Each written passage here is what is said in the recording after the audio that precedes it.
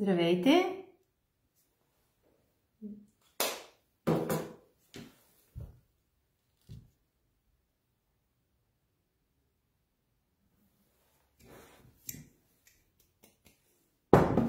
Привет на всички! Чуваме ли се?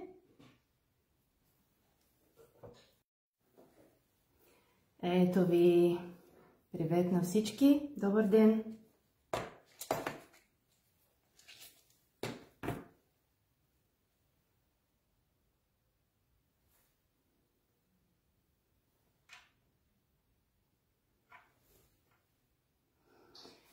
Здравейте!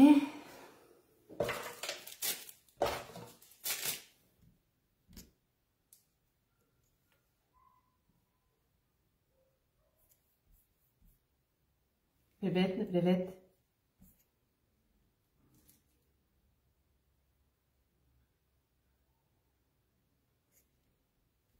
Така. Започвам сега. Всичко е готово. Предгласила съм материалите. Балоните дори са в мен.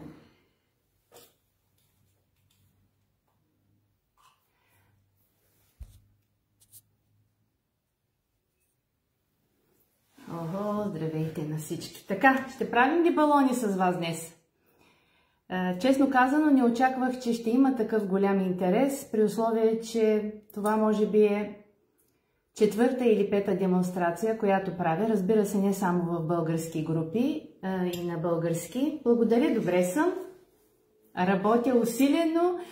И направата на тия балони дойде като глътка въздух за мене, защото, казвайки работя усилено, не работя нищо свързано с декорацията, то пак е свързано, но малко повече. Привет! Подготвям едно състезание, за което съвсем скоро ще разберат всички. Просто броени дни, привет! Броени дни остават, на финала съм, разговарям с спонсори, уговаряме награди, категории, много неща записани за публикуване в интернет страница, група, страничка, инстаграм профил, много неща наведнъж. Прави ми се страшно много нещо, декорация или торта, но трябва това да го приключа до броени дни, за да мога да го обявя и за да може самите участници, които ще се включат, да започнат да работят. И тогава ще се върна към голямата си любов, декорацията на торти. За да не казвам на всеки привет, ето виждам, че ме гледате и от Варна, и от Бургас, и от Плевен. Желая ви слънчев неделен ден. Така, желатиновите балони винаги са предизвикали изключително голям интерес. Знам, че колкото и пъти да ги покажа, все ще има хора, които или не са успели да гледат, или са пропуснали. Затова този урок ще го запиша, дори записа ще го кача. Аз не съм активна, само в YouTube останах, но и там ще го кача, така че ако не успеете да го намирате тук, знам, че информацията, привет на всички, информацията, която постъпва в групата е страшно много и страшно полезна. Благодаря изключително на всички, които се включват с публикации, с рецепти. Истински съм щастлива, когато виждам, че плода на моя труд, а именно създаването на тази група, е полезна за всички. Особено се радвам, когато някой качи публикация с снимка на фигурка или на торта, на някакъв вид декорация, казвайки научи го тук от групата. Това е моето удовлетворение и удовлетворението на всички, които качват видеоклипове. Така че не ни щадете, само една отметка. Когато качвате рецепта, слагайте я с хаштаг рецепти, за да може, когато някой иска да я потърси, да я открие по-лесно.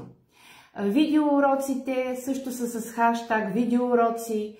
Това е за по-лесно откриване в групата, защото ставаме все повече хора, виждам.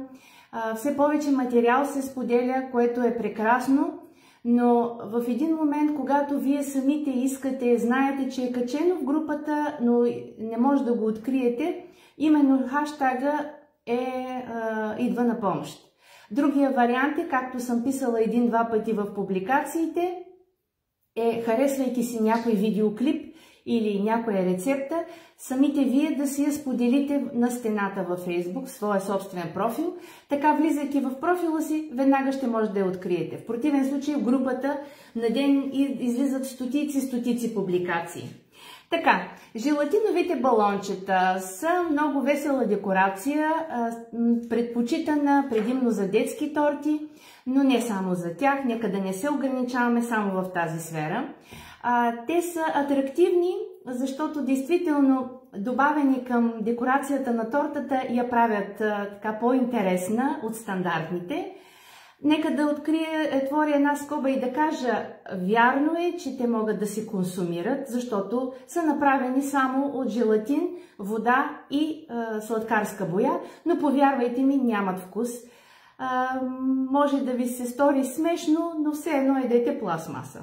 Опитвала съм, защото и на курсовете мои курсисти са опитвали, когато в декорацията на модела са били включени балончета, изсъхва желатина, става като люспа. Ето тук съм показала едно, което можем да го наречем брак.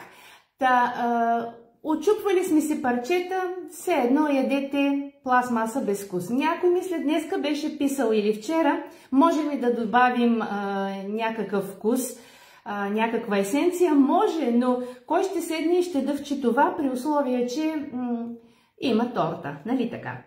В зависимост от големината, която направите, колко ще надуете истинските балони, да, този път публикацията ще я запазя.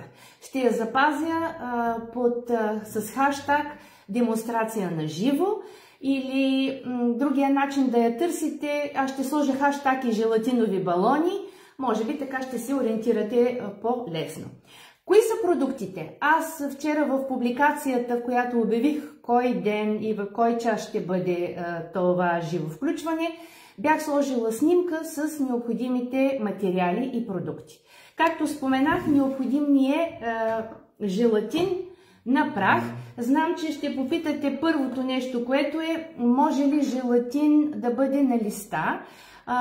Мои курсисти са пробвали, аз просто предпочитам да работя с желатин на прах. Желатиновите листове трябва да се накиснат във вода, знаете предварително, и за това съотношението колко вода и колко желатин аз не мога да ви кажа, но ще ви кажа за съотношението на желатин, който е на прах, продава се във всеки супермаркет, навсякъде по света, не е необходим някакъв специален желатин. Влизате в магазин за хранителни стоки или в... Един момент, само тук искам да погледна,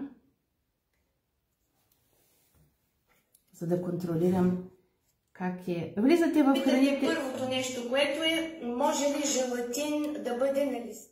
Да. Малко пакетче, едно или две пакетчета, в зависимост от количеството балони, които искате да подготвите, ще са ви напълно достатъчни. Трябва ви вода, трябва ви сладкарска боя. Всякакъв вид боя може да ползвате. Гелова, течна, която използваме за аерография. В аерографията, разбира се, сладкарската, може да използвате и дъстове, плюс това може да използвате дъстове, които да дадат ефект на перлен цвят или някакъв блестящ цвят. Убедете се, вярно е, няма да се консумират балоните, поради това, че не са особено вкусни, но все пак всичко, което слагаме върху тортите, особено пък ако са детски, предпочитаме да бъде съобразено с правилата за консумация, т.е. оцветявайки балончетата, използвайте сладкарски бои. Т.е. всякаква боя, каквато имате в къщи, ама аз нямам гелова боя, може ли с боичка на прах? Може, стига те да са водоразтворими. По всяка вероятност всички бои, които ползвате вие в по-голямата част от декораторите, са бои на водна основа. Боите на маслена основа са само за тези, които се занимават с шоколад, а предполагам те са по-малко. Още веднъж казвам здравей! Освен сладкарската боя, аз днес ще използвам, тъй като предимно работя с аерографи, имам много бои, които са течни, ще ползвам течна боя. Ще ви покажа и когато се добави седефен цвят, какъв ефект става.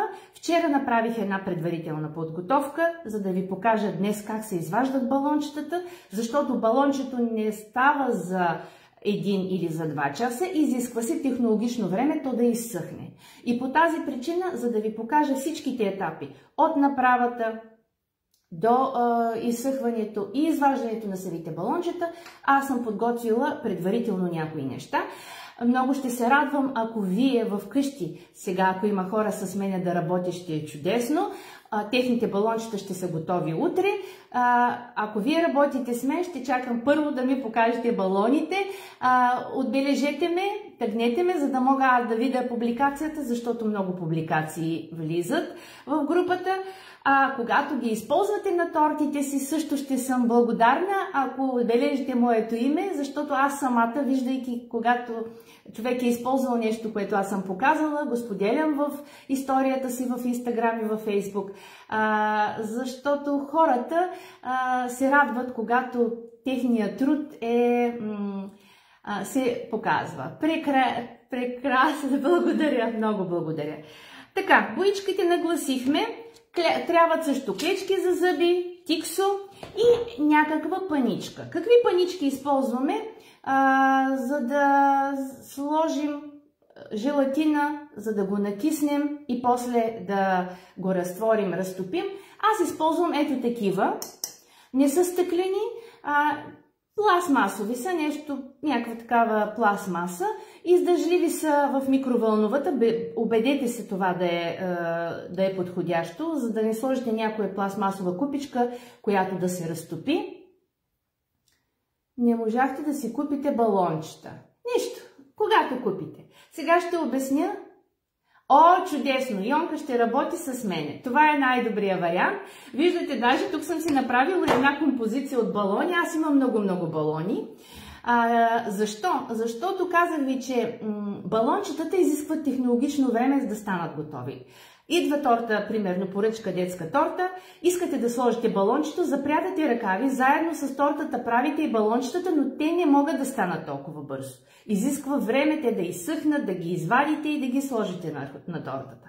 Затова е хубаво, когато нямате работа, нямате поръчки или сега, както повечето места са затворени и сме в локдаун, един ден се отделете за направа на балончета. Най-различни цветове. Сложете ги в една, бебето реши друго. Нищо, бебето да е живо и здраво и да крутува докато мама гледа, а вие ще ги направите по-късно. И като си направите балоните, най-различни по цвят, сложете си ги в една кутия затворена или в някакъв стъклен буркан. Къде отиде моя буркан? Аз мисля, че го оставих на другата страна, а не, той е пред мене, аз казвам къде е. И ето по този начин си ги съхранявате. И когато ви дойде поръчка или искате да направите подарък на някого, торта за момченце, в зависимост от декорацията, сложете едно-две балончета. Те си пасват и с мечета, и с картинки, и с всякакви декорации. Така че всякакви цветове може да си направите и всякакви размери. Моята препоръка е: не търсете много големи балони. Знам, че ще има въпроси от рода: мога ли да направя голям балон, да сложа в него една фонданова фигурка и тя да се вижда? Сега, знам какви въпроси ще зададете, затова преди да сте ги задали ги казвам, защото ви споменах, че това не е първата ми демонстрация и в турски групи, и в български групи. Така че голям балон може да се направи. Първо трябва да подготвите, разбира се, по-голямо количество желатин, да надуете малко повече балона и при закрепването върху клечката има някои специфични неща, които сега ще ви обясня. Но за да се вижда фигурката вътре, трябва почти да не отцветявате балона. Ето, аз тук имам един бял балон, той не е прозрачен, защото аз тук съм го отцветила с бяла боя. Осезателно исках специално той да не бъде прозрачен. Колко време ги съхранявам? Могат да стоят. Погледнете какво пише на пакетчето на желатина. ако пише примерно трайност до 2021 година, при условие, че те са на сухо място, предпазени от прах, влагата не им влияе, особено защото аз имам тук модели на торти, една торта от 3 години съм я правила, първия ми курс, едно слънче с балони, след малко ще го видите, той е в другата част на ателието ми, стоят безкрайно много. Ако отимайки предвид това, че някой може да ги опита и да ги консумира, знам ли, около година може би, но все пак следвайте датата, която е посочена на пакетчето на желатина. И естествено трябва да са предпазени в кутия, да не са изложени на прах и на външни влияния. Това, понеже аз имам много балони от демонстрации, от подготвени за курсове, съм си направила една такава украса. Тези от вас, които имат ателиета, или тези от вас, които искат да имат сладкарничка, могат да си купят няколко такива красиви буркана, да си ги сложат балончетата в тях, същевременно ще ви бъде и декорация. Ще ви трябва, освен тиксото, да ви го покажа. Няма значение каква ще бъде широчината му. Това е най-добро. Широките са малко по-трудни за увиване около клечката. Откъде може да се купи? Това е тиксо хартиено, бях написала. Продава се в книжарниците, продава се и в магазините за строителни материали. С него обкантват прозорците и вратите преди те да се боядисат, за да ги предпазят да не се нацапат.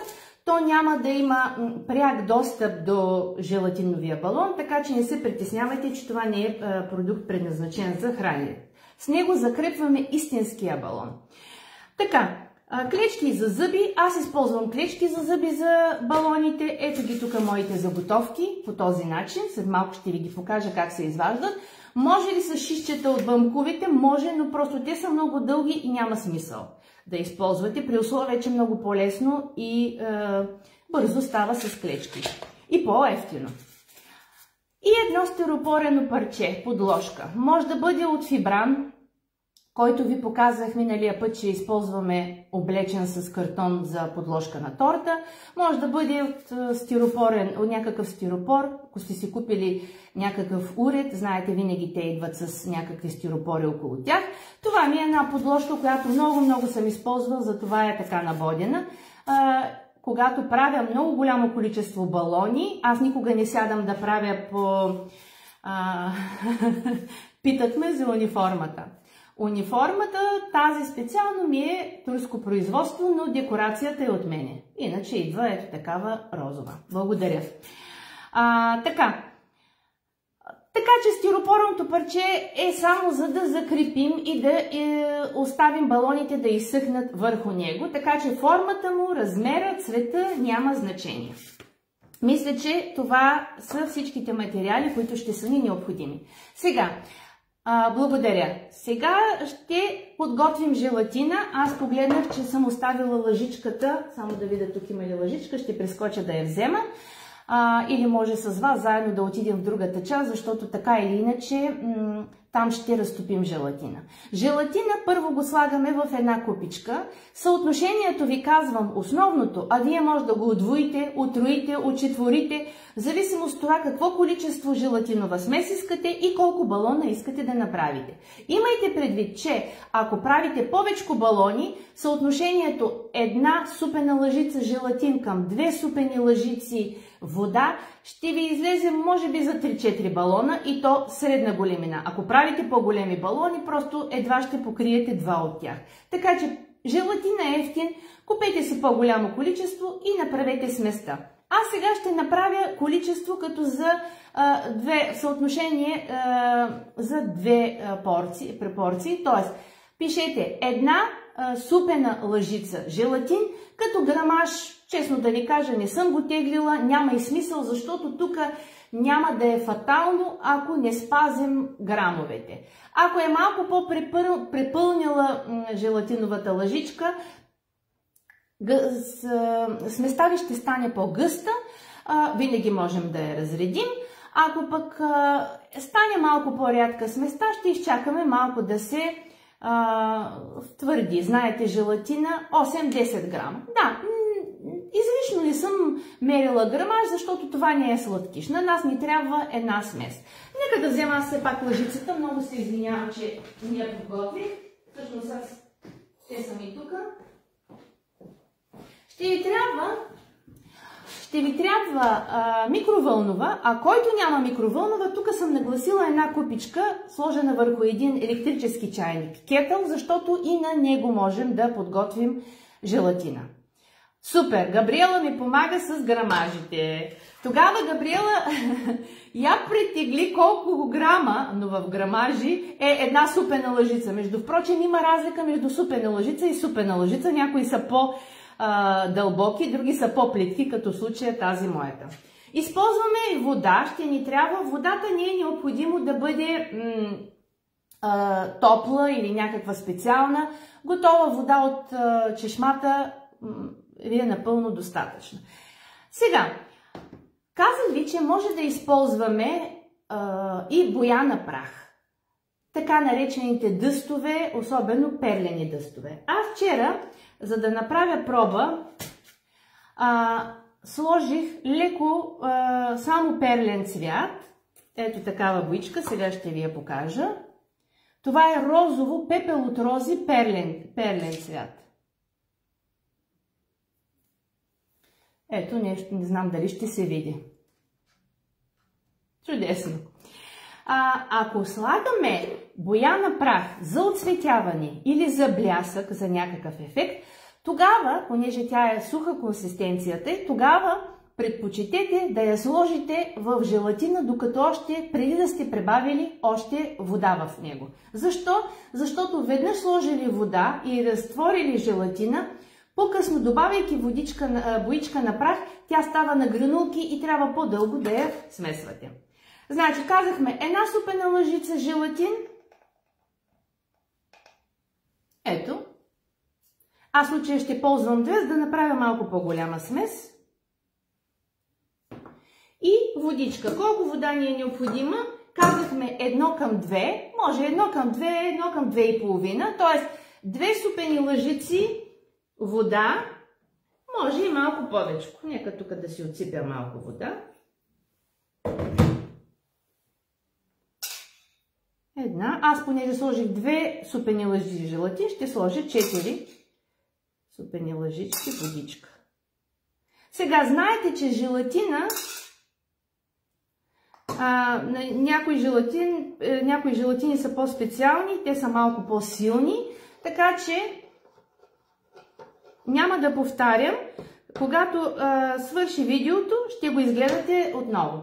Може да сложим 2-2,5 лъжици вода на една супена лъжица желатин. Така, грамажи не казвам. Сложих водата, разбърках с лъжичката и оставям желатина да набъбне. Сега, има нещо друго, което трябва да ви спомена. Нека да взема и една друга паничка, в която ще ви покажа как става смесването с сухата боя. Защо предпочитам тези панички? Това е желатина, който направих вчера аз, за да подготвя няколко балончета. Вижте колко лесно се отделя той. Него пак мога да го използвам. Него ще го сложа сега. Тук имам една празна метална купичка. Слагам го вътре. Включвам си кетъла. Електрическия чайник. Ето имам един такъв електрически чайник, който е пълен с вода. Бях я загряла. И по този начин го слагам на чайника. На водна баня желатина ще се разтвори. Тоест, веднъж направили една смес, тя естествено, че след няколко минути постепенно ще почне да се желира и да се втвърди. Ние можем да я използваме, разтапяйки я отново. Тази смес, която ви показах, е направена само с боичката на прах. Ето тази. Това е дъст. Между впрочем, само един момент.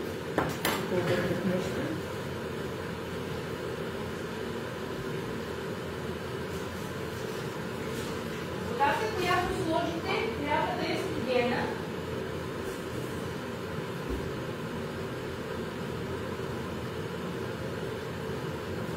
Така, върнах се. защото аз мислех, че ми е студена водата в кетъла, а тя не е била много. Така, отново повтарям процедурата. 2 супени лъжици желатин, 1, 2, 3, 4 лъжици вода. Студена трябва да е, онази вода не беше явно студена и желатина не започна да набъбва. Така. Оставяте я малко да... Къде може да се гледа видеото за подложки на торт? То е в групата. В момента, в който сложите желатина и водата и ги разбърквате, водата започва да се абсорбира, оставяме на страна малко, изчакваме. На кой етап слагаме боята? Боята може да се сложи на 2 етапа. Единият етап е, когато тя е боичка на прах, сега ще ви покажа. Още една смес ще покажа. Двата различни начина с гелова боичка и с боя на прах. Когато е на прах, т.е. в суха консистенция, я слагаме към сухия желатин, а когато е гелова или течна, можем да я добавим и сега, както я сложих да набъбва желатина, може да си я разтворите във водата, може и след като сте я разтворили в микровълновата. Тук ще направя една лъжица, да не хабя много. Сух желатин. Моя чайник говори. Слагам сухата боичка, хубаво разбърквам, понеже двете смеси са сухи, те бързо се смесват, ето така. И сега вече си добавям водата. Тук ще е само с 2 лъжички, защото сложих само една лъжица желатин. Тоест 1 към 2. Но както казах, ако нещо ви се изтърве ръката и сложите малко повече, не се притеснявай. Да, може да се сложи и във водата. Ето, вижте колко бързо се разтвори. Слагам го и това на страна. Проверявам какво стана. Ето ми металната купичка и сухия желатин. Виждате как започна на водната баня да се разтваря. Но не е напълно. Докато желатина ми набъбва, аз ще подготвя балоните. Сега, за балоните имаше въпроси. Аз бях написала в снимката с материалите, че е хубаво те да са балончета за водни бомбички. Може и всякакви малки балончета, които ще намерите в книжарницата, но трябва да пробвате. Аз самата съм имала случая в Турция, ако идвате, знам, че много хора пътуват до Одрин, ходят да пазаруват. Има една верига магазини, която се казва А101. Та в нея, тя е голяма верига, в цяла Турция има, та в този супермаркет може да намерите ето точно тези балончета. Те се намират в секцията, където са бомбонките, много предвидливо са ги сложили търговците, шоколадите, бомбоните, децата като отидат да поискат шоколадче, да видят балони, да си купят и балони. На едни щендове са малки, наредени, най-различни видове има. И големи, и малки, и дълги, и по-големи. Но ще търсите, ще разровите малко, говоря за тия, които идват в Турция да пазаруват, и ще ги намерите ето тия манички. Тя са обикновено като отида, купувам си по-голямо количество. Може и от книжарница да си купите, но в книжарницата понякога, всички са китайски, но в книжарницата понякога тези, които се продават, са по-тънки. И когато балона е тънък, после много по-трудно се изважда, понякога се скъсва и остава вътре залепнат за желатина. Тук имам един, мисля, че имаше едно балонче, бях нагласила, за да ви го покажа как изглежда. Да. И колкото и да се мъчите, не може да изчистите вътре истинския балон. Виждате ли това оранжевото, което се вижда полепнало? Това е от тънък балон, който, когато съм се помъчила да го извадя, е залепнал. Може да си играя с една клечка да го чувъркам. В Джъмбо има, добре, чудесно. Нали ви казвам, те са китайски, но от балон до балон има разлика. Защо предпочитаме малки балончета? Защото ние ще надуем малка част, нали? Малко балонче искаме като големина. Сега, за водните бомбички, балончетата са малко от по-плътна гума и надуването може да ви затрудни. Когато имах по-рано курсисти, тук идваха в ателието ми, за да правим курсове и започваме да правим балони, даваме им по 2-3 балона да надуят и те не успяват.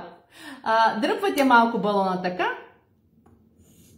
и надувате. Сега, при надуването, виждате как става една цицинка отгоре, остричко, за да, ако го оставите по този начин, балона ви така ще излезе и в желатинова форма. Тоест, за да не стане така, стиснете хубаво, за да може въздуха да отиде нагоре и завъртете и ето ви балончето готово. Завъртаме няколко пъти по този начин, хващаме с двата пръста, увивам тази част, крайчето на балона в долната му част и го завързвам. Ето така. Ето ми го едното балонче. Сега понякога излизат, може и сега след малко, като започна да надувам останалите, да излизат дефектни, спукани с дупчица. Така че привет на всички.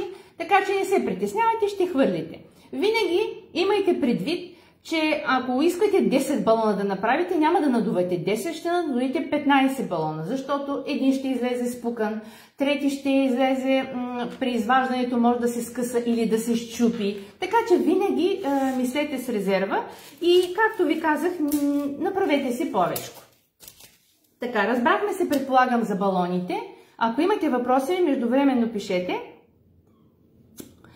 Сега, може да си направите всякакви по големина балончета и мъничките, ето такива, също стават сладурски.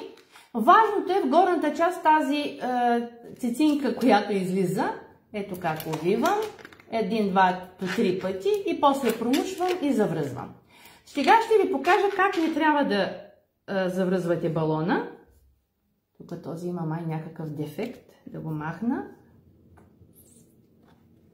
Сега, по този начин, освен цицинката, така няма да стои, няма да изглежда добре.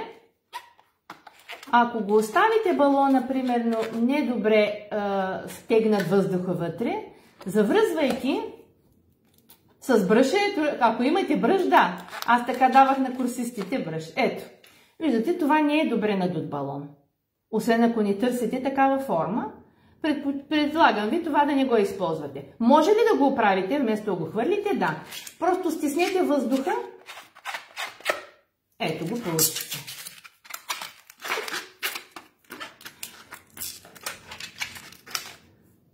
Това го казах в началото, дали може с желатинна прах.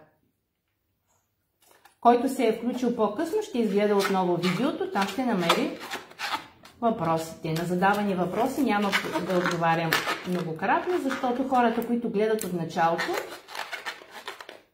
не са длъжни да слушат постоянно един и същи отговори. Така, сега 4 балона надух. Нека да погледнем какво става с този желатин тук. Ето го, даже той се разтвори много добре. Нека да го разбъркам леко. Сега, когато качих публикацията за балоните, Камелия Спасова беше написала, че има спомени весели от първия път, когато е правила балони, защото е трябвало да пробоядисва стената. И аз се очудих защо. Когато сложите надут балон в врял топъл желатин, естествено, че той ще се спука. Така че имайте това предвид. На нас не ни трябва врящ желатин. На нас не трябва желатин, ето който е в такава консистенция. Виждате? Но да не пари. Сега с вас ще отидем до микровълновата, за да мога да ви покажа, видяхте как става разтварянето на водна баня. Тоест тази купичка, но тя не ми се хваща, малка е за моя кетъл, слагате я на водна баня, да не докосва водата и полека-лека от топлината, от парата, желатина се разтваря. Виждате това, което направихме, разтваряйки сухата боичка. Ето, набъбналия желатин, как изглежда. Ето и другия, който е безцветния.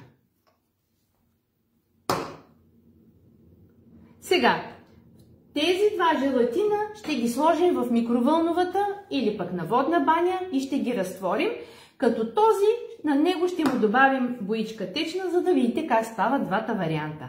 Хайде сега с мене в другата част на ателието, не ми се носеше, един момент да взема и лъжичката, не ми се носеше микровълновата до тук, затова ще ви разходя малко с мен.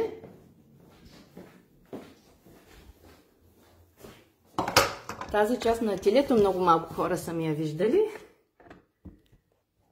Тук ми е. Ето я тортата с балончетата, за която ви бях споменала. Сега слагаме желатина, разтворения желатин, ето го, набъбналия желатин, в микровълнова. В зависимост от количеството, което сте подготвили, то може да, нали, ако е по-голямо количество, ще ви се наложи малко по-дълго да го разтваряте, разтапете. Важното е да не го пуснете и да отидете да си вършите друга работата, защото той ще почне да ври. На максимум на микровълновата, моята е 900 вата, пускаме за около 10 до 15 секунди, не минути, секунди. Изваждам, разбърквам, ако не се е разтопил хубаво, 15, виждате ли? Почти се разтопи. Под съдовете, по стените на съда не бива да има топченца неразтворен желатин. Още маничко ще завъртя в микровълновата и съм готова. Просто няколко секунди. Сега, понякога, когато разтворите желатина, отгоре се образува една пяна. Ето и тук се образува. Тази пяна ви препоръчвам да я махнете. Виждате ли е тук? Защото, когато потопите балоните след малко, има ли е тая пяна, тя става като малки балончета върху самия балон и после той ни изглежда хубаво прозрачен и гладък.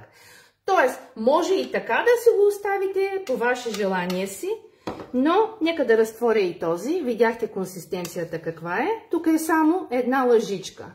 Една лъжица, затова ви казах, че пригответе си малко повече. Сега с една малка лъжичка аз ще почистя пяната.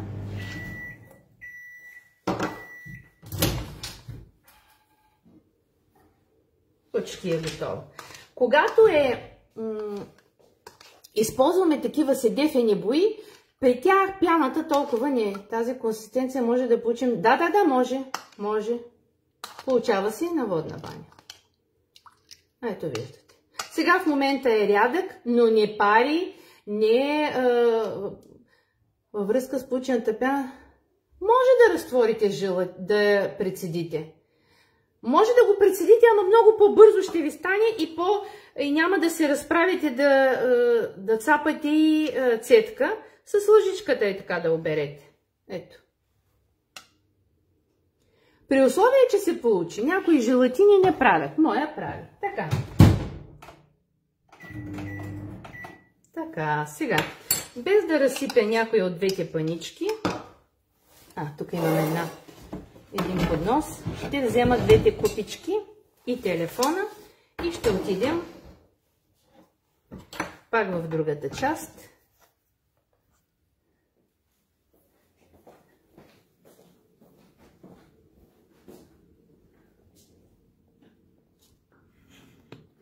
Окей, след малко ще наведа камерата към масата, за да виждате по-добре.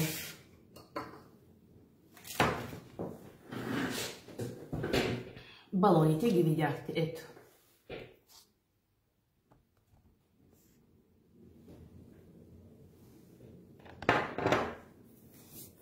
Сега, аз прибързах да разтворя желатина, преди да съм завила клечките, но понеже са ми малко балончетата, бързо ще стане. Как завиваме балона за клечките за зъби. Сега ще наведа камерата, за да видите. Защо казах, че прибързах? Защото докато завивам балончетата, желатина ще почне полека-лека да стяга. Така, вижда ли се? Надявам се да се вижда добре. Откъсвам едно парченце. Това е много малко. Едно парченце от тиксото. Тази част от ателието е там, където аз работя постоянно. Там ми е офиса. Какво направих? Взех клечка, сложих я и завъртях тиксото, за да мога да закрепя клечката, да не се вади. След това вземам балончето и плътно до началото на клечката завивам, като не давам възможност балона да има разстояние между балона и клечката. Тоест правя нещо като кейк попче. Виждате ли? Ще ви покажа и грешната, това как не бива да се прави. Отново вземам още една клечка.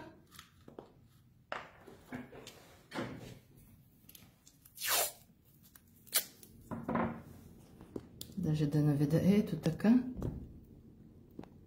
Не преместих на другата стойка. Вземам клечката, залепям я, завъртам и затягам. Тоест, така няма да се притеснявам, че клечката ще се извади. Вземам балончето, завивам хубаво. Ако самото балонче залепне, не се притеснявайте, ще го извадите. Виждали се така. И затягаме. Още тук има. Колко направихме? 4. Да. Пак. Може малко така фабрично да върви. Първо си надувате балончетата. 10 на 20 балона. После залепвате си балончетата, разтваряте желатина и почвате да ги потапяте.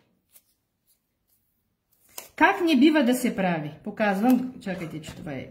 Не бива да се прави ето по този начин.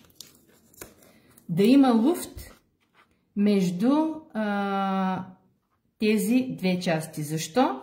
Защото когато натопя, желатина ще натежи и ето така ще залепне балончето. Един момент само да преместя. Това не се вижда толкова добре.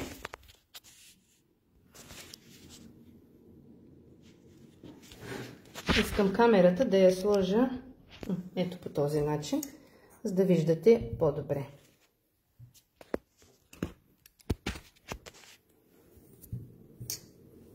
Отгоре. Окей. В принцип предпочитам така да работя. Защо казахме не трябва да има такова разстояние и луфт? Защото натапайки в желатина, балончето става тежко и се навежда така и залепва за клечката и после изрязвайки дупката от долната част на балончето ще стане много голяма. Ако стане нещо подобно, разлепете и залепете плътно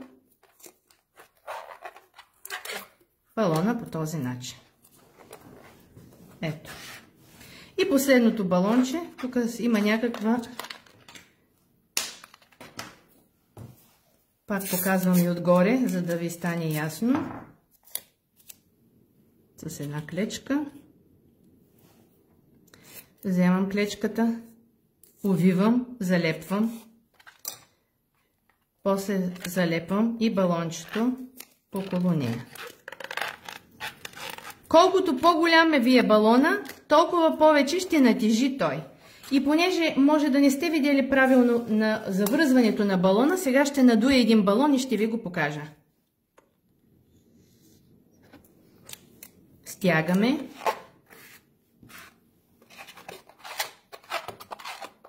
Ето така. Хващам с двата пръста и с палеца, увивам около основата на балона и тук между двата пръста стягам.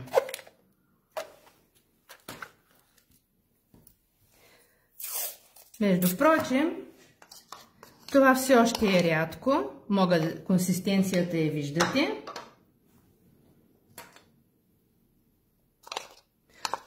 Няма причина да не стане.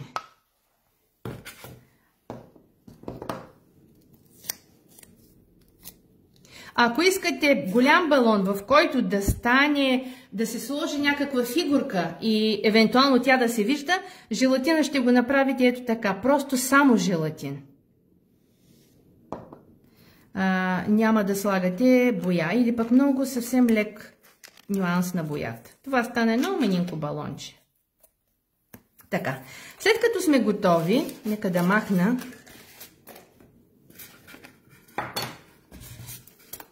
Сега, хирургически ръкавици. Аз винаги казвам, пробвайте, защо пък да не стане? Те са здрави, сигурно даже ще стане интересна форма. Така, ето ми стиропорения макет. Даже така съм свикнала да работя. Първите ми балони, които правех, беше голяма мацаница около мен, сега почти даже и ръкавици не ползвам. Хайде ще натопя няколко розови, един-два розови. Какво правим, когато започнем да потапяме? Хубаво навсякъде да отиде желатин чак до основата и тръскаме ето така лекичко, да се окапе желатина. В противен случай ще почне да капе по подложката и оставяме по този начин. Още един път показвам с това маничкото. Клюмнаха и като клюмнат отдолу ще стане голяма дупка. Ето. Сега ще ви издам една хитринка. По принцип балончетата трябва да се потопят два пъти. Като времето между двете потапения, сега както случай аз правя, потапям, оставям да стегне около 2-3 часа. След това разтапям останалата смес в микровълновата или на водна баня и потапям втори път. Защо трябва да потопим два пъти? Защото ако не потопите два пъти, балончето ще излезе ето такова меко. Някой даже беше написал, като видя публикацията, а аз пробвах, обаче стана меко и като започнах да го вадя, се счупи. Естествено, че ще се счупи, защото вие сте направили много тънък слой желатин и сега като го извадим, първо той ще се деформира. Можем ли да го оправим? Естествено, че може, няма нищо невъзможно. Ще вземете някой от тези уреди, които ако правите цветя или пък някакъв с по-тъп връх и ето по този начин може да си го направите и го оправите. Но и да стане гладко, да не е такова напукано. Но аз ви препоръчвам едно, че ще ви улесни. Второ, вместо да рискуваме да се счупи, намачка и така нататък, направете си един от тези, виждате ги тия какви са корави. Ето ги. Сега, ако го натисна здраво, ето този е корав, но ако го натисна здраво, ще се счупи. И понеже някой ме беше питал какъв вкус има, сега какъв вкус може да има това нещо? Естествено, малко на пластмаса.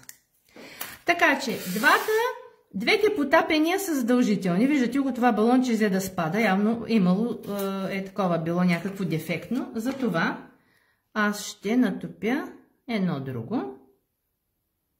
Можем да топим в желатина, докато той позволява, докато още консистенцията му е рядка.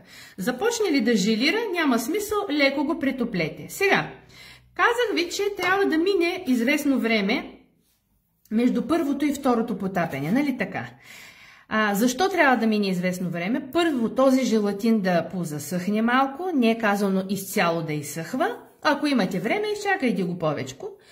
Второ, когато го натопите за втори път в топлата смес, ако сега повторя, той ще бъде много... има опасност този слой да се разтопи. Затова за по-сигурно правим 2 потапения, като разстоянието, като времето между двете може да бъде около час-два, или потопете сутринта, следобеда, като се сетите, направете пак. Сега, има и една друга хитринка, която е по-бърза за по-мързеливите, аз някога я правя. Това балонче, вчера го направих по същия начин. Топнах веднъж, изчаках обаче желатина да започне да стяга. Виждате ли как полека консистенцията започва да се желирва. Сега един от тези балони ще ви покажа точно как става. Между впрочем, този е по-голям, топлината му, това е по-голямо количество. Боя тук ще сложа сега, Вяра. Тук сложи боичка на прах в началото, а боя, ето я. Един момент да не пръсна на това. Сега ще сложим малко боичка. Хубаво е боята да я слагате в по-малко количество, с клечица и да си пробвате, ето, тази е течна моята, къпнете някъде на бял фон и ще видите цвета. Ако ви задоволява този цвят, оставете. Ако искате още малко, добавете още малко. Хубаво разбъркайте. В момента аз ползвам боичка, която е за airbrush. Всичко зависи какъв тон искате. Имайте предвид, че наслагваме 2 слоя, ще стане една идея малко по-тъмен. Ако искате и по-тъмни, така. Та, каква е хитринката? Топнахме веднъж, нали така? Това си още лепне. Тук, той пък много взе да желира. Един момент, да го постопля малко. Преди да се желира този желатин, почти вече е изтинал, топвате втори път. Тогава няма да ви се налага да чакате 2 часа, само да отида леко да го стопля, но съвсем лекичко. Това е за по-мързеливите или по-точно за по-кръстените хора. Но по принцип, когато правя голямо количество балони, аз предпочитам стандартния начин. Потапям един слой, много се стопли, потапям един слой, оставям ги да си позасъхнат. После потапям втори слой.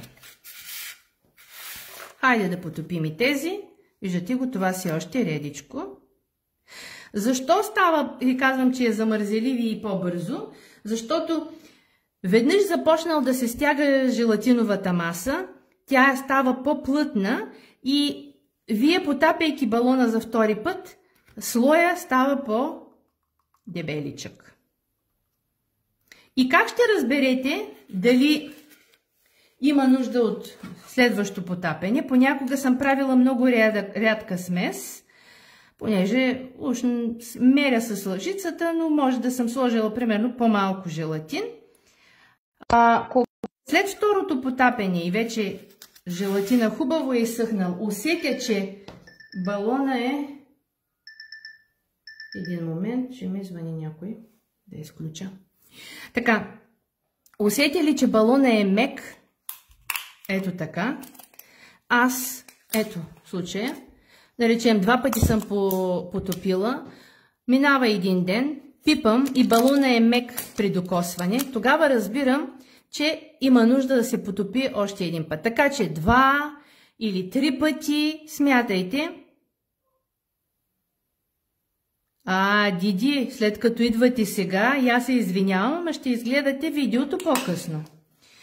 Така, ще може да си го изгледате на повторение. Така че по принцип 2 пъти топим, правим 2 слоя, но ако вече напълно изсъхнал балона, усетите, че той е мек, потопете го и 3 път. Виждате ли как започна да се сгъстява сместа? Тогава, хайде да потопя някой от тези, аз мога да направя втория слой, видяхте без да чакам 2 часа, но пробвам, но правя с почти, виждате, доста по-гъста, като гъста боза. До вечера този балон ще е твърд, точно като тези. Виждате ги, сега ще ги направя. Но, пак повтарям, стандартния начин на направата и особено когато пък правите големи количества е Потапяме един слой, изчакваме час, два, леко да постигне този слой първия. Разтапяме си отново на водна баня желатина. Потапяме втори слой и вече интервала, който ще трябва да почакаме, за да извадим окончателно балона, е по-дълъг. Ето тези ги правих снощи. Как разбирате дали е готов? Най-бавно изсъхва ето тук, основата. Там е най-дебел слой желатина, защото като сме ги изсушавали така, той се е стекал и там е станало най-дебело. Тук пипнете ли, не е ли влажно, значи може да си го вадите балона. Ако е леко влажно на пипане, пак може да се извади, но ще ви е по-трудно. Така, до тук ясно ли е? Ето ги, тези лепнаци, защото са ни това за да се сгъстява. Хайде по бързата процедура. Но рискувате тук, ако е пък много гъст желатина, да не стане равномерно, както виждате ли тук, не става равномерно покритието. Това е за много такива бързи ситуации, когато нямате време. И тук отдолу става доста грубичко. Исках да ви покажа всички варианти. Това го оставяме, защото с него нямаме повече работа. Почиствам си масата, за да ви покажа. Във фризер. Честно казвам, аз не пробвам такива бързи неща. Може и да стане.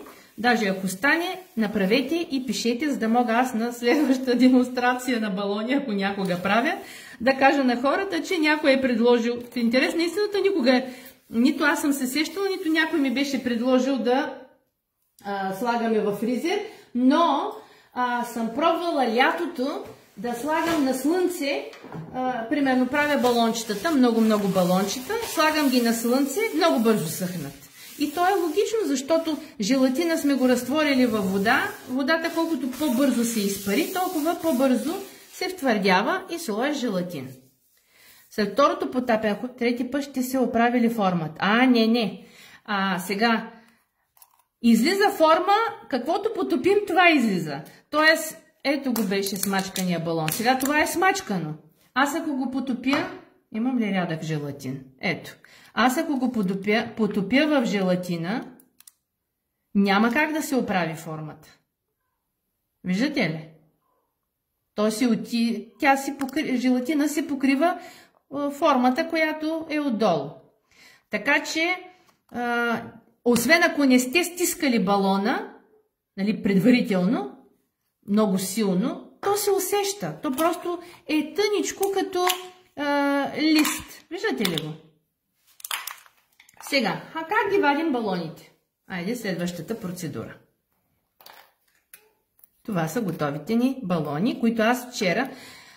Вижте, този е потопен само веднъж. Нарочно го оставих вчера, за да мога да ви покажа. Понеже балона не е спукан вътре, виждате ли? Това се деформираше, защото балона вътре е бил спукан. Този не е спукан, още си е надут балона и аз дори да проверя той дали е мек или не, си се връща. Виждате ли? Хоп! Не се деформира. Така че аз този вече мога да си го натопя. Ще ми стигне ли този желатин да видя. Ето нещо, което се сетих, защото тук се появиха балончета. Ако при потапянето се получат балончета на повърхността, на сместа, лекичко с пръстче или с някаква клечица, докоснете и те ще се пукнат. Виждате ли, беше мек балона, натиснах, проверих, че трябва още един слой и си го потопих. Не се деформира въобще. Така. Сега, как изваждаме балончетата? Тези вече, този и той е мек. Ето. Ще има ли за него желатин? Ще има. Хубаво навсякъде. Ако да речем сте направили много балони и виждате, че сместа не ви стигне, ще си направите втора смес. Сместа много по-бързо става, отколкото... Или направете всичките в безцветен, първия слой да бъде безцветен и после всеки следващ слой си го направете желания цвят. Радвам се, ако са ви полезни тези неща, затова реших и да ги направя. Има много видео, клипове в интернет, в YouTube по-точно за балони, обаче до този начин аз сама съм стигнала, защото търся в момента нещо остро, освен клечка, за да ви покажа как ги изваждаме. Как да си направим балончета с снимки? Ширин, направо ме заби. Не съм виждала балончета с снимки. Снимка върху балона ли да има? Това е предизвикателство за мене. Тук да има снимка, нечия снимка или някаква картинка имаш предвид. Така, изваждането на балончетата. Аромата към сместа казах за по-вкусни. Илияна Петрова, като си направите балон един, без аромат, го опитайте и после пробвайте един с аромат и ще ми кажете дали е вкусен. Така, как става изваждането на балона, истинския балон отдолу? Вече са изсъхнали. Ширин Кьопрюсю, нито съм виждала балон с снимка, някой ако иска да се пробва, всъщност може и да има вариант, ама трябва снимката да се отпечата върху балона по някакъв начин, истинският, а когато залепне отгоре желатина и махнем после истинския балон, снимката да остане. Много сложна задача. Така, вземаме си ножичка, може с ножичка, може и направо да си ги щупите, ще ви покажа и двата варианта и може би чувате звука на пропукване на балона. Сега, идеята е оригиналния балон, виждате ли колко лесно се отлепя? Не се притеснявайте, ако случайно балона остане вътре. Хоп, излезе. Това е когато балона е хубав и здрав. Ето. Сега ще се помъча да срежа балона вътре да остане, а може и с чупване. Тук срязах основата, а може и с причупване. Виждате ли? Понеже е сух желатина, само като направя така и то се причупи. Вземате нещо остричко, да спукаме балона вътре. Хайде да го срежем, за да видим какво ще стане, ако остане балона вътре. В момента е залепнал балона. Вземате нещо остро, може и с обратната страна на клечката за зъби. Или, ако са ви меки балоните, рискувате с острия връх да го скъсате балона вътре и той да залепне. Вземете някакъв от тези уреди за моделиране и полека-лека ще отделите балона. Много е важно какъв е балона, защото аз понякога, ако хем купувам от един и същ магазин, ето, но идва явно някаква партида с по-тънки балони и е голяма мъка и аз, честно да ви кажа, не си играя, не си губя времето да вадя залепнал балон по желатина, а директно го хвърлям.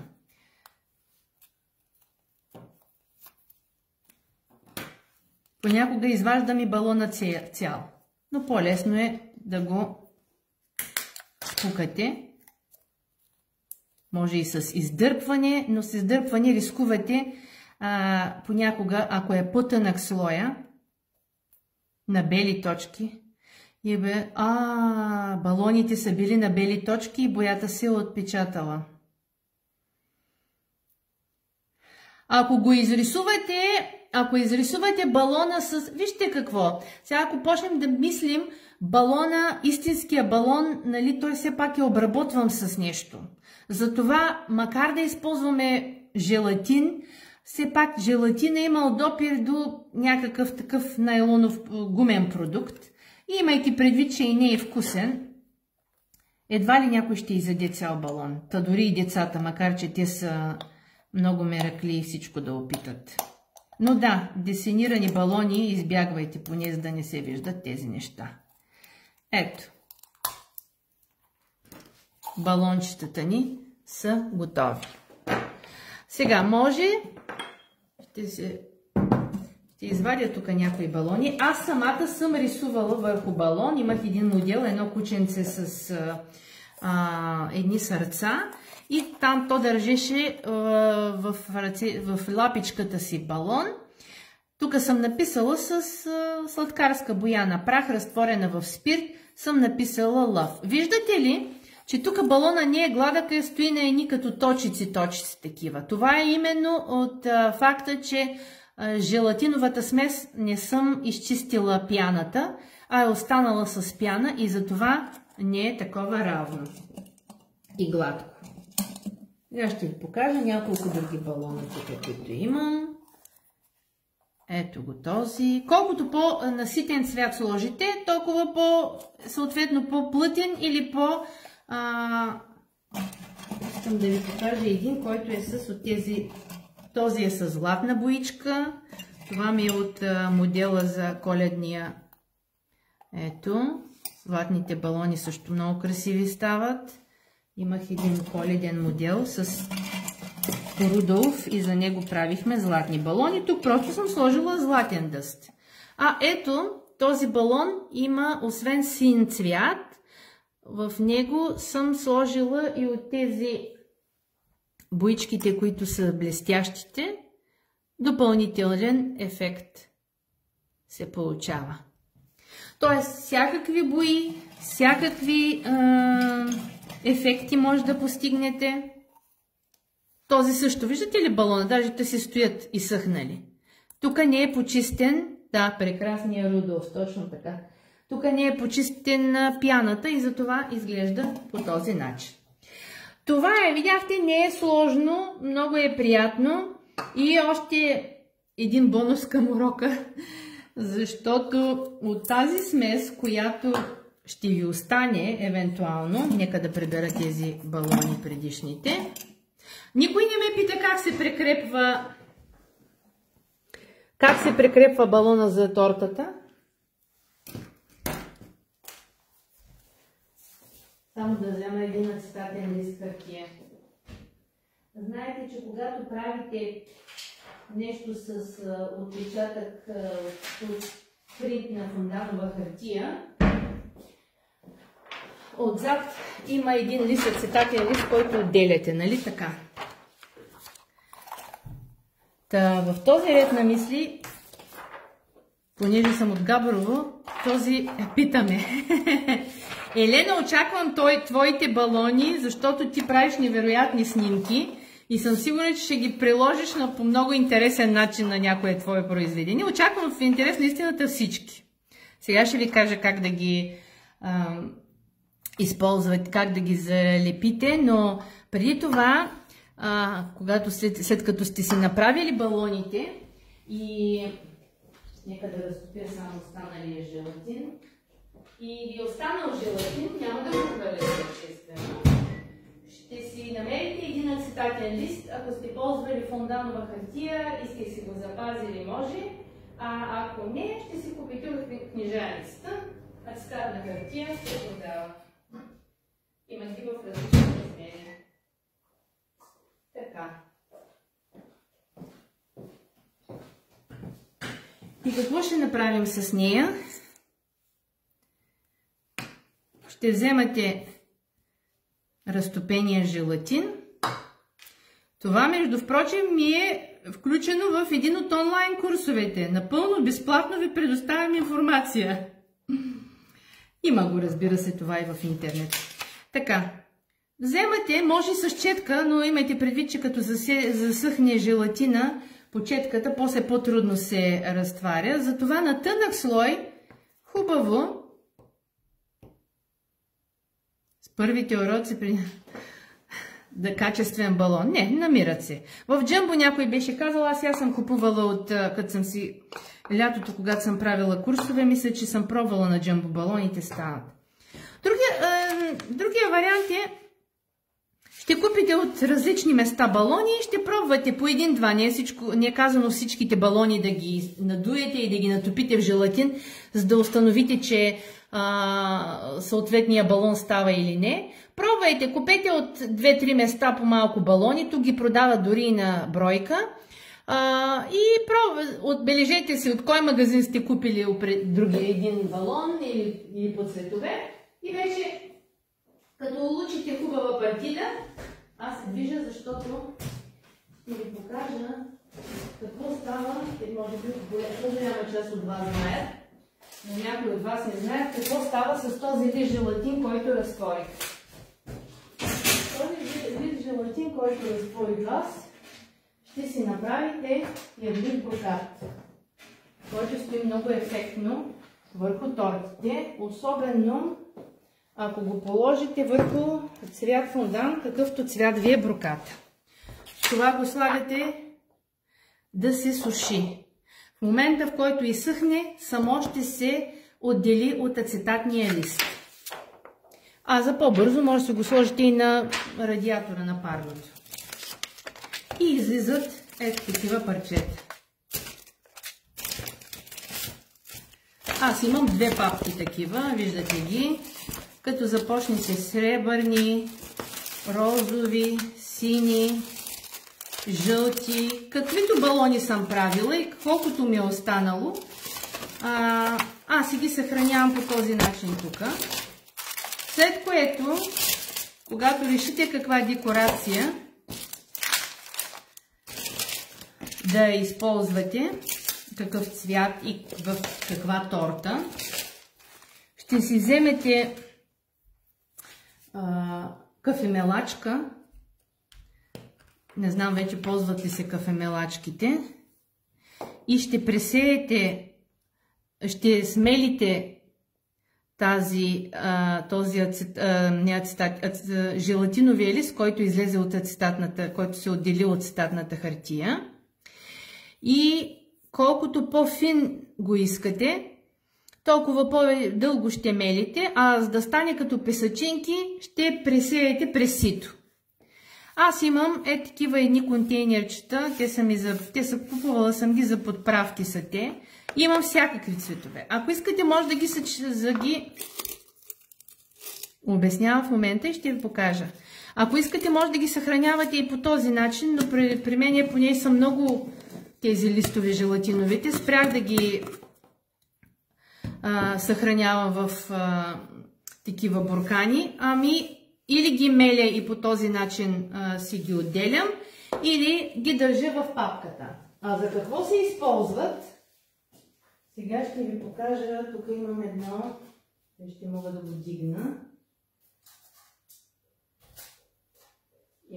Тук имам една торта. Махнах единия етаж. Отдолу е черен фондан, а отгоре е брокат. Тоест, какъвто брокат използвате за тортата, отдолу фондана трябва да е същия цвят. И стават невероятни ефекти. Може би сте виждали много такива торти, може би сами сте правили. Върху червен фондан, червен брокат. Върху... тук имам, ама не знам, хайде ще обърна камерата и тогава ще ви покажа. Точно на модела Рудолф съм с червен брокат. Само да го взема и ще ви го... И тъкмо ще ви обясни как се закрепва балона върху тортата евентуално, защото веднъж направили балоните, ние трябва да знаем и как да ги закрепим. Задължително е какъвто цвят брокат използвате, такъв цвят да ви бъде отдолу фондана, иначе няма да стои добре и ефектно. Така, отново обръщам. Радвам се, че съм един момент, след малко ще видите, тук ще преминават едни подложки. Сега ще го покажа. И на снежния човек, вярно, но на снежния човек ползвах на шекерен шугар. Сега обръщам камерата, хем ще се взема довиждане с вас. Един момент само.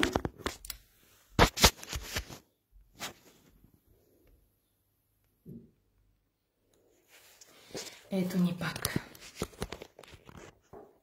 Отдалече, защото тортата е голяма, за да ви я покажа. Трябваше да я смъкна от... Ето я. Това е с зелен брокат. Тук е с зелен брокат. Шапката е с червен. А тук отдолу...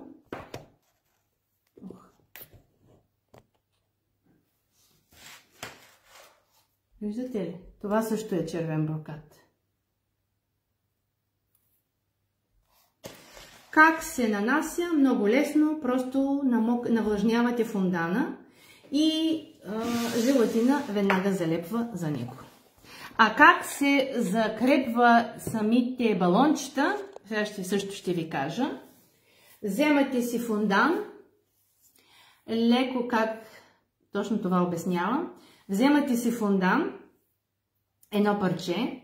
Сега, ако ще залепвате, както в случая, да речем, тук даже е паднал и може би виждате, балончето е паднало, което ще вземем едно балонче.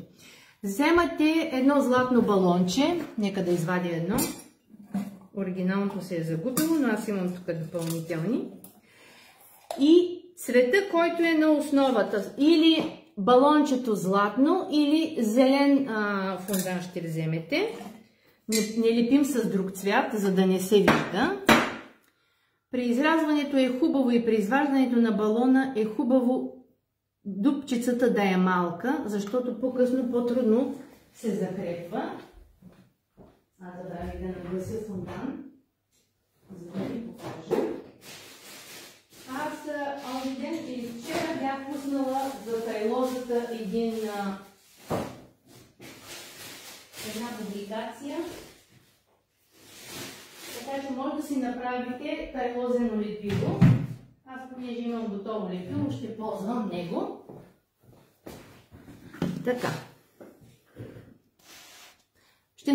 Ще ползвам в случая бял фондан, защото сега нямам време да търся цветен. Благодаря. Малко парченце, или ако ще лепим много балони, повечко фондан, първо го размекваме добре, да стане лепкав. След това, но това не е достатъчно, вземаме малко лепило, казах ви, може да си направите с тайлоза, даже бях пуснала и рецептата, но общо взето рецепта няма нужда. Върху крем много бързо ще залепнат, Елена. Имайте предвид обаче, ако е върху тортата е по-лесно, отстрани на тортата, ако балона е по-голям и е по-тежък, рискувате леко да почне да се... Може да. Сега добавих лепило и виждате ли как започна да лепне фондана. Идеята тук е да стане много лепкав, почти да ми залепва за пръстите. След което вземам едно малко парченце. Сега мога тук да добавя малко златно, за да... Когато погледне човек, аз имам тук златна боичка, затова набързо ще го омажа с златна боя. Защото когато се погледне отстрани тортата, не трябва да се вижда бял фондан, че е залепнал, че сме залепили с бял фондан балончето. Затова или каквато основа е цвета, в случая зелено, ще ползваме, или златно, защото балончето не е златно. Започна да ми лепне фондана по ръцете, след което слагам, може и на самото място да сложите. Сега отдолу основата ми е малко суха.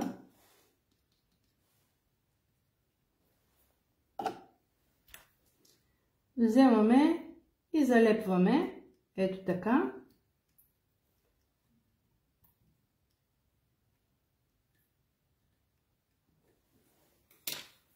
След което си почистваме ръцете, за да не полепне фондан по балона ни.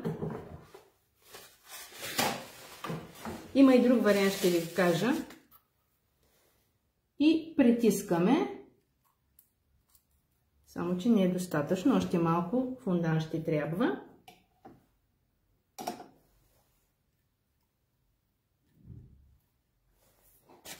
Излишъка после ще го махнем. И притискаме. Ето по този начин. С едно инструментче, което е за моделиране, или пък внимателно избутваме навътре, за да не се вижда фондана, защото все пак отпред гледаме, нали така, но отстрани все пак трябва да има някаква естетика. Като Като засъхне, излишния фондан може леко с ножче да го, който е излиза отстрани. Ето ни. Виждате ли? Важното е фондана с обикновен фондан, просто размачкан, не става. Този модел, който ви показах с слончето и с зайчето, той ми беше първия модел, който правихме по курсовете. Всяка една торта слагахме по 10 до 12 балончета. Представете си 12 човека, 10-12 човека курс, колко балони съм правила предварително, защото аз на курса показвах балоните, но имайки предвид, че те не могат да станат веднага, аз предварително носех подготвени, но всеки курсист трябваше да ги залепи. И тогава ги лепихме по друг начин. Слагахме фондана в една малка купичка, малко количество фондан, в микровълновата. И го пускахме той да стане на разтопена консистенция. Много внимавайте, че когато се разтопи фондана и става нелепкав и течен, той може да ви изгори ръцете. Идеята каква е? Когато го сложите в микровълновата, той се разтапя, изваждате, изчаквате леко да стегне и след това веднага той е почти като маджун, такова става лепкаво. Слагате там на мястото, където искате да залепите балончето и той буквално, понеже е малко количество, веднага стяга. Това беше начинът, по който ги лепихме тогава.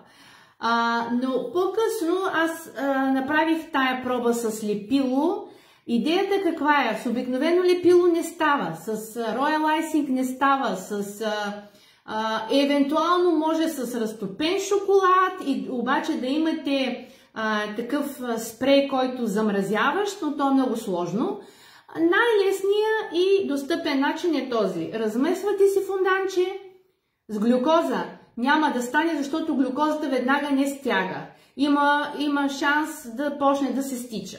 Освен ако не е някаква много сгъстена глюкоза и да сложите там малко, но пак рискувате. Трябва нещо, което много бързо стяга. Много бързо изсъхва и стяга, за да може да го прикрепи. Виждате ги тези, кога ми беше курса, освен ако не го ударите и не го бутнете, не пада.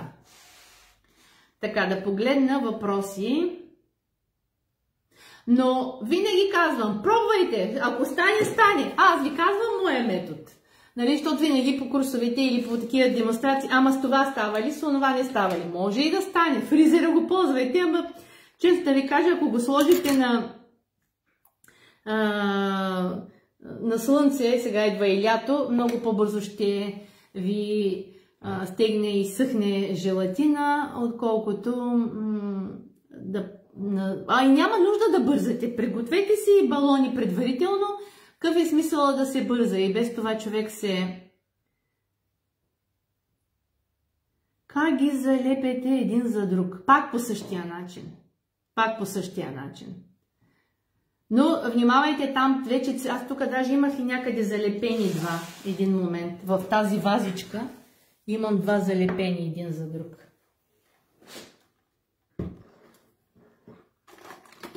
Ето ги. Виждате ли? Даже се вижда фондана. Сега, тук се рискувате да се види фондана. Даже аз тук съм го залепвала с, може би, бял. Вероятно пак на някоя демонстрация. Ако съм залепила, ако съм имала розов фондан или ако съм си поиграла да отцветя фондана, тогава няма толкова да личи.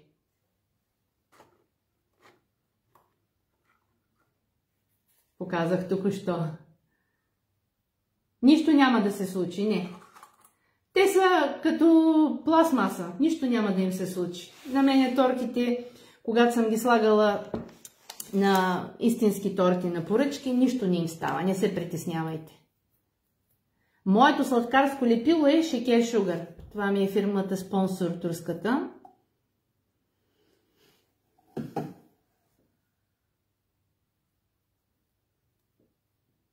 Това казах Антония в началото на видеото. След като приключи записа, изгледайте го наново и ще разберете. Говорих и за това колко време се съхраняват и как се съхраняват и как се отцветяват и така нататък.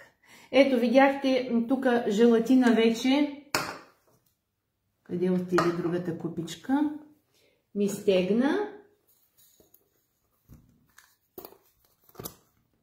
И може пак да го разтапете. Но естествено метални купички в микровълновата. И това казах, дали може да се разтопи. Други въпрос, дали може да се овкуси. Други въпроси има ли? Радвам се, ако съм била полезна. Както ви казах, аз не очаквах, че ще има такъв голям интерес, защото... това е друго. Да, не е задаван този въпрос. Ако сложим телче. Ако искате да стане като истински балон... Един момент, тук имах ли телчета, но... имам едно. Трябва само, че малко... Това е тънко. Трябва малко да имате повече търпение. Първо, за да стане като истински балон, трябва да направите долната част, нали така? Ето. Предварително ще си прикрепите самото телче за тази част. Представяме си, че това е дръжката на балона, нали така? Нека да извадя един балонче от тук. След като това стегне, защото сега, ако веднага го сложим, рискуваме да хлътне телта, което не е фатално, защото тя ще влезе вътре в балончето.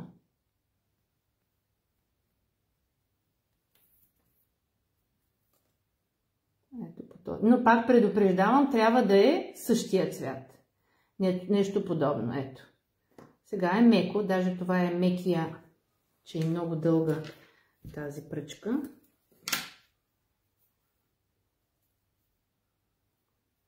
Може, правила съм. Аз имам точно този курса, който беше с кученцето. То държеше в лапичката си такъв балон. Аз ви го показах. Ето. Естествено ще му предадете някаква форма. Сега грубо го залепих. Този фондан не бива да се вижда. Трябва да се махне.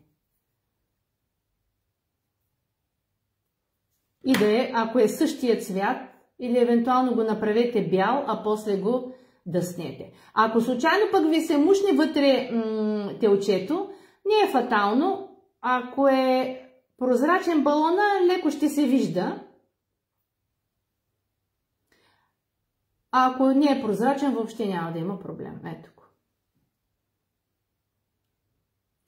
То се е видео от тези дни, смятам да потъна в желатин. Не, 3-4 лъжичи ще са достатъчни. Радвам се. Десислава каза го това нещо за овкусяването. Ако е по-гъста боята, Лилия сложи малко водичка. На всеки етап можем да добавяме леко вода. Сложи малко водичка, разбъркай, готово. Пробвайте непременно. Че много въпроси са дошли, аз не съм. И аз се радвам. Идеята на тази група, както казах и в началото, е да помагаме предимно на хората, които тепърва започват. И такива неща, които за мен и за по-голяма част от момичетата, които по-дълго време са занимавали с правене на торти и декорации, ни се струва доста елементарно. Но явно, ето както публикацията с тайлозата, явно има много и момичета, и то е нормално, които за пръв път се срещат и с такива нови термини. Може, да, интересно. Хубаво е, споделяйте си опита. Ето Таня казва, че веднъж ги залепила с айсинг, но те са били с айсинг отгоре. Може би са били върху тортата. Ако са били отстрани на тортата, трябва айсинга да ти е бил много концентриран и веднага да стегне. В противен случай, докато е още мек айсинга, или пък балончето да е било малко. Голям балон, той натежава и пробвайте специално. Това е техника, която е с годините. Аз съм правила, не преувеличавам, хиляди балони съм правила. Не са стотици, защото ви казах, само около 2 години предавах този модел на живи курсове. Тогава можехме да провеждаме още живи курсове в България, в много градове в България. Правили сме по 2-3 курса в град с 2-3 групи. Всеки един модел, този с слончето и зайчето, съдържаше по 10 до 12 балона. Аз давах една кутия с балони и всяко момиче ще вземаше, дали ще се шегувах. Не оставяше място празно по тортата. Всеки слагаше възможно много и много балони. Така че 10-12 човека по минимум 10 балона като сложат, това са 120 балона с една група. 150 ги сложете. И като направим по 2 групи в град, поне в 5-6 града, направете сметка. Това е само за един модел. После имахме и кученцето и така нататък. Разтворими сокчета прахообразни. Имайки предвид, че сокчетата са такива с сладкарска боя отцветени, само че те имат съдържание на захар. Не знам захарта как ще окаже влияние върху тая консистенция. Пробвайте, сигурно ще стане. Желатиновия брокат, който показахте, освен върху фондан, закриваме върху айсинг. Върху айсинг ще стане, може да посипете, да? Клюмнали са ви балончетата, защото сте оставили разстояние между клечката и балона и когато те са натежали, са клюмнали. Връзването на балона, веднага да извадя нова кутия. Ето, това си изсъхна, виждате ли? Сега, ако го дъсна малко лекичко с момент, да взема балонче. Имаше момент, когато правих този модел на курсове с слончето и с зайчето и когато курсисти идваха тук в ателието ми да правим курс, като им показвах, нали, балоните и те казваха, сега като излезем ще отидем в близкия супермаркет да търсим балони. Аз се шегувам, разказвам тази случка и една от дами каза, ти мислиш, че ще ги има тия балони в района, където живее Мария? Всичките балони изчезваха.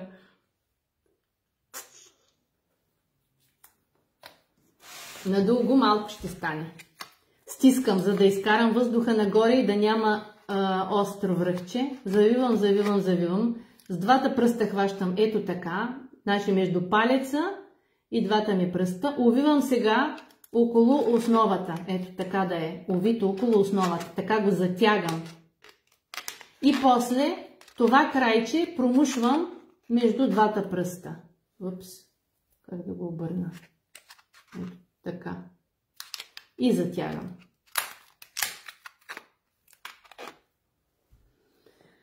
Меренг, ако е цел листа декорация. Върху меренг. Пробвайте. Аз не съм пробвала такива неща, затова ви казвам моя опит. Върху меренг не съм слагала. Върху Royal Icing ще стане, защото Royal Icing преди да изсъхне е лепкав, на желатина, за да залепне този брокат, му трябва някаква мокра повърхност. Самите вие сега, ако пръсна тук на подложката и посипя малко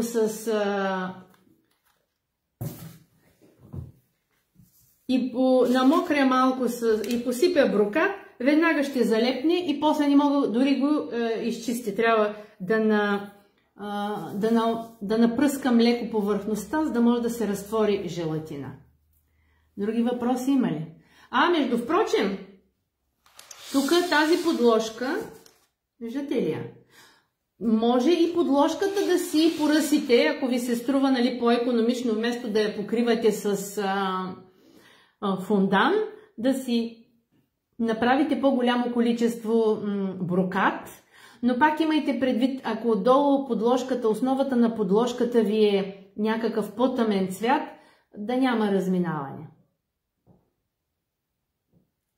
Надявам се да мога да ви предавам опита, аз за това гледам какво се търси като информация в групата. Знам, че много неща ви интересуват, но и тези лесните, елементарните, които за около час мога да изляза. Обещала съм да направя покриване на макет. Даже имам сега, работя върху един модел и може, когато започна другата седмица, единия, защото те ще са 3 макета, единия да се включа на живо, но не знам точно в кой ден, за да ви покажа покриването на макет, защото и това наистина е много лесно.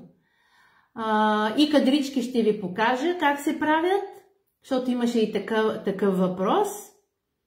Само време дайте. Аз имам голямо желание да покажа много неща.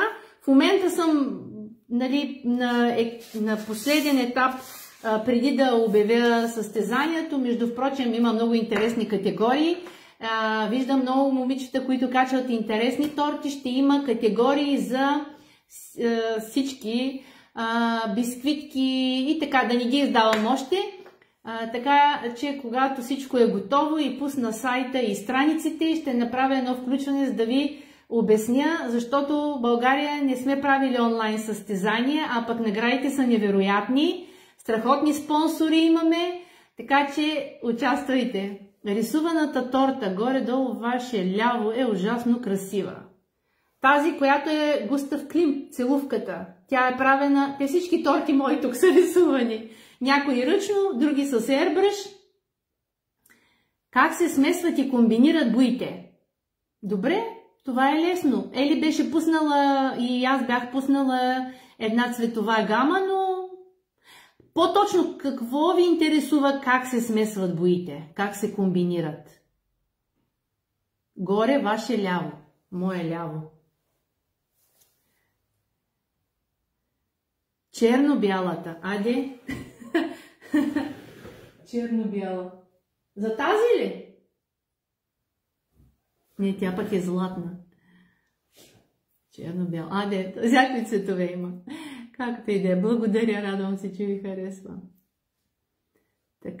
Така че ако имате приятели, които се занимават тепърва с декорация и мислите, че нашата група ще им бъде полезна, поканете ги. Виждам, че наистина така доста добре се развива групата, машала, дето казва турците, и очаквам вашите балони. Аз дръпвам моя Рудолф тук. Завинаги ще остане. Групата на Мария, където провеждаме неделните обучения, там е лимитирано времето, но тези неща, как се оцветява с бръша, например. Как се оцветява с бръша, например. Тези таблици на мен ми е малко неясно. Боите Шекер Шугър за airbrush добри ли са? Да. Мария, вие сте уникална. Аз имам курсове за рисуване торти, да, и за работа с airbrush, и за ръчно рисуване. Сега, всички подробности и техники, които показвам на платените курсове, естествено, няма как да ги покажа тук, но нали, основни неща е начало, така наречената основа за всяко едно нещо с удоволствие. В групата на Мария в момента не приемам хора, спряха, защото 3 групи ми станаха малко множко, имайки предвид, че правя подготовката и за моята България, и за онлайн състезанието. Но има група, аз от време на време качвам и тук анонси за нейните курсове, нейните уроци, в която са събрани над 45, мисля, че станаха, видеоурока на най-различни теми. Като започнете от украсяване на бисквитки с Royal Icing, премините през измазване на торта и различни техники на измазване на торта с маслен крем, много рецепти на всевъзможни неща, така че който и там достъпа е постоянен и може да гледате видеото по всяко време. В нея се качват само видеоуроци, направени от членове на групата, и за да се влезе в групата има 2 начина. Единия самите вие да подготвите някакъв урок. Аз правя курсове, разбира се. Реални курсове в момента не правя. Лятото ще има пак в няколко града в България, но за сега, знаете, обстановката е такава, че нищо със сигурност не може да се каже. Но влезте в профила ми или ми пишете на лични, ако се интересувате от някои курсове. Имам 11 или 12 онлайн курса, които виждам много хора от познати имена и приятели, които се включиха в тия курсове онлайн и са доволни, но темата ни сега не е курсове. Ако ви интересува, пишете ми на лични, аз ще ви обясня всички подробности. Или когато влезете в интернет сайта ми mariaosturk.com, там също има. Влизането в групата с видеоуроците става по два начина. Единият начин е платен. Членската такса за една година е 100 лева. Имате неограничен достъп и може да гледате по всяко време всички уроци. В профила ми, мисля, че и тук бях качила всички постери, които са на уроци в групата. Пишете ми на лични, с повече информация ще ви дам. Сладкадемия Мария и приятели. Да? А другия вариант е вие самите да направите. Това е най-лесният и най-забавният вариант. Сещате се за някоя идея, но всъщност не са много такива пък обикновени, защото все пак, когато член на групата влезе, трябва да намира интересни и важни неща. Ние имаме цветя от гъмпейст, работа с шоколад, ентремета, кейк попсове, кейксикълс. Много са, 42-3, може и повече да са станали вече, не ги броя. И всяка седмица се качва по един урок задължително. Понякога по празниците правим малко повечко.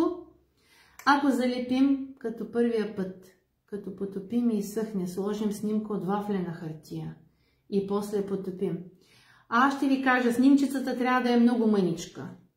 Защото от какъвто и материал да е снимката, вафлена хартия или фонданова, върху кръгла повърхност, върху топка, помъчете си да залепете нещо голямо, то ще се намачка.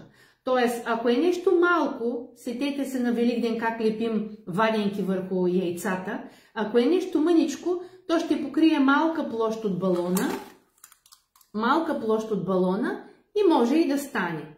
Само, че трябва да е хубаво залепнало, за да го потопите втори път, защото ако не е залепнало за първия слой на желатина, потапяйки го в топлия желатин, рискуваме тази картинка да се отлепи. Но пробвайте! Нямам време за такива проби, иначе с удоволствие бих се... интересна е идеята. Вижте, толкова уроци съм правила, никой не се сети да попита за принт. Браво! В Плевен никога не съм правила уроци.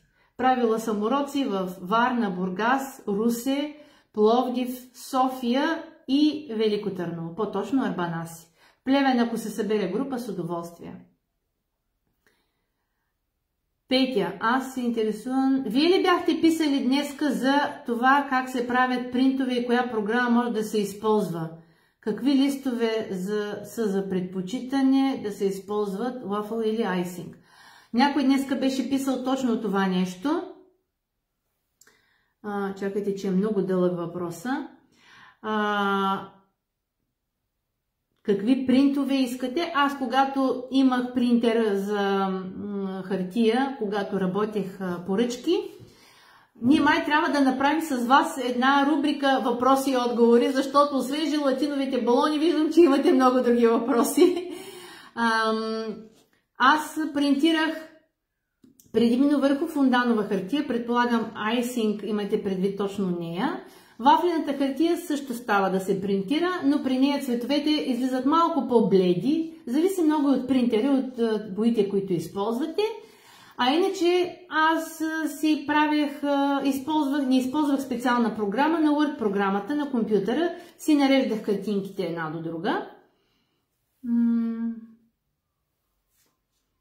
Edible print. Нямам принтер да ви покажа. Принтера си го продадох, защото вече не правя торти по поръчка. Когато не се принтира с такъв хранителен принтер, дюзите се запушват. Следващия урок. За рубриката, да, това е идея, защото знам, че имате много неща да питате, а пък аз нямам възможност да седна и да отговарям. Нали? Когато имам време, сядам и отговарям и пиша, пък и не съм много по писането, дългите писания, но веднъж в седмицата, нека да пуснем състезанието първо. Веднъж в седмицата, това е идея, да правим, може би събота или неделя, да правим такъв едночасов разговор, въпроси и отговори. Сухи са вече, но не са твърди, значи не са сухи. Как разбра, че са сухи? Отдолу вяра, отдолу като попипнеш, не лепнат ли? Много бързо изсъхнаха. Моите са все още... Къде ги сложих аз? Моите все още са влажни, напипани и лепнат. Този горе-долу е поизсъхнал, но това е само с един слой. Двуслойните моите не са още изсъхнали. Нека да изсъхнат. Нека да изсъхнат добре, защото ако не изсъхнат, отдолу около балончето, където е залепено с тиксото, там все още ще е влажно и когато започнеш да го изрязваш, там малко ще се раздърпа желатина. Защото съм пробвала и този вариант. Още нещо. Колко дни е продължителността са на курсовете в София? Еднодневни или двудневни са курсовете ми в София. Ама хайде да не говорим вече за курсовете, друг път ще си говорим, защото темата се разводнява. Днеска са желатиновите балони. Видяхме как ги направихме, видяхте какви са необходимите материали, обясних ви, мисля, че от до всичко. Чакам вашите торти сега, а другата седмица може да направим една такава рубрика, въпроси и отговори.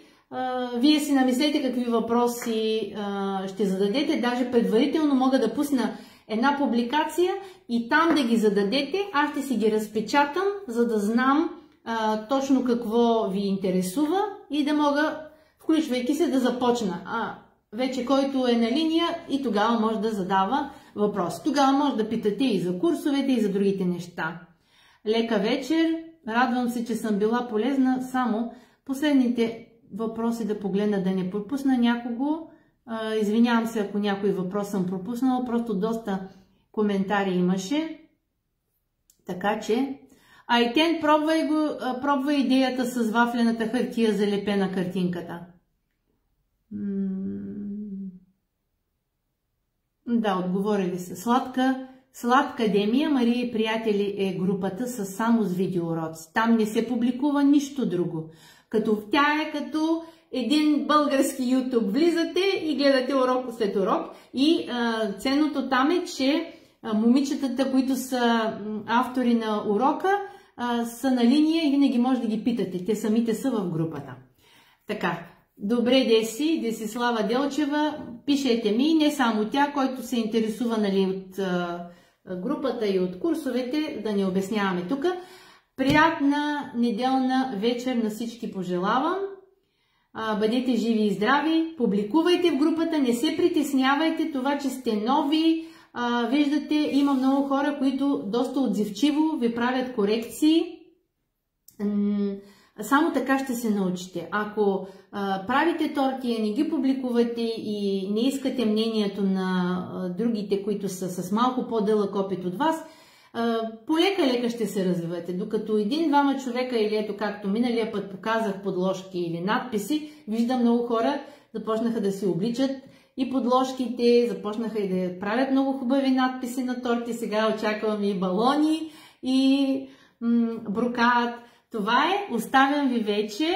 Чакайте, че ми Така, приключвам. Чао, чао, записвам го, така че който не е успял, ще